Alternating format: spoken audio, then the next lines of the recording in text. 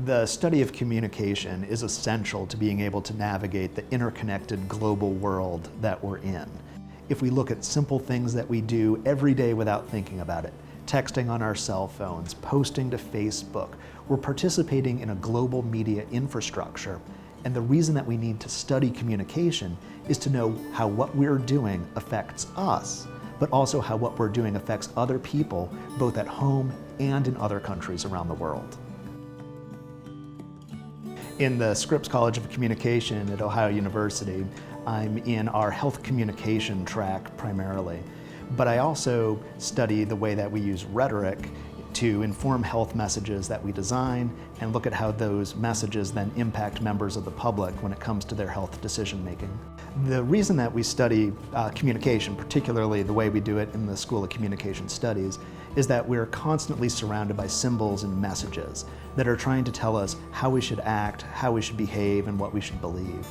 And when we study those messages, both as the designers of messages to create new beliefs or new attitudes or behaviors in people, or if we're looking at the messages that have already been produced to find out how people are trying to influence us, we can come to a better understanding of the way that this sea of communication that we all swim in influences us and the ways that we can change the world. And that's why it's really important to study communication through a humanistic lens.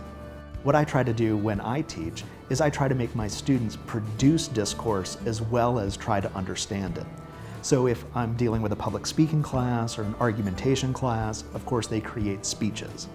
But in communication in the campaigns, they create campaign events, they create public service announcements. Students in communication studies are tremendously advantaged when they go out into the workplace. If we look at what the Forbes survey of executives says, or the Fortune 500 survey of executives, when it comes to the kinds of skills they want students to bring directly into the workplace, 5 out of the top 10 are communication-related skills.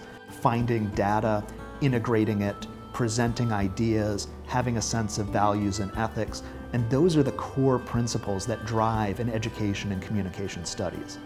Our students are prepared to go into any sector of society, into business, into government, into nonprofit, pretty much any sector they want to go into. People are always looking for effective communicators who are ethically informed and able to think through complex ideas.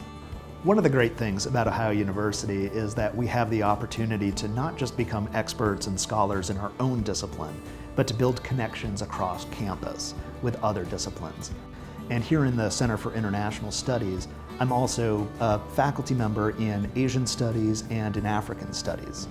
And the reason that I've been invited to be part of those two sub-centers here in the Center for International Studies is that the work that I do transcends local to national to international contexts.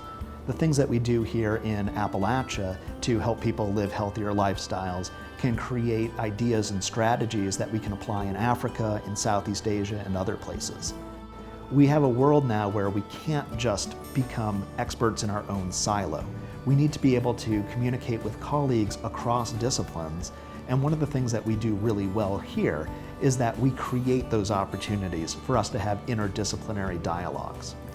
We should thank our provost, we should thank our deans, we should thank the heads of our centers for creating these opportunities, and we have a very strong enabling environment that lets us do that here at our university.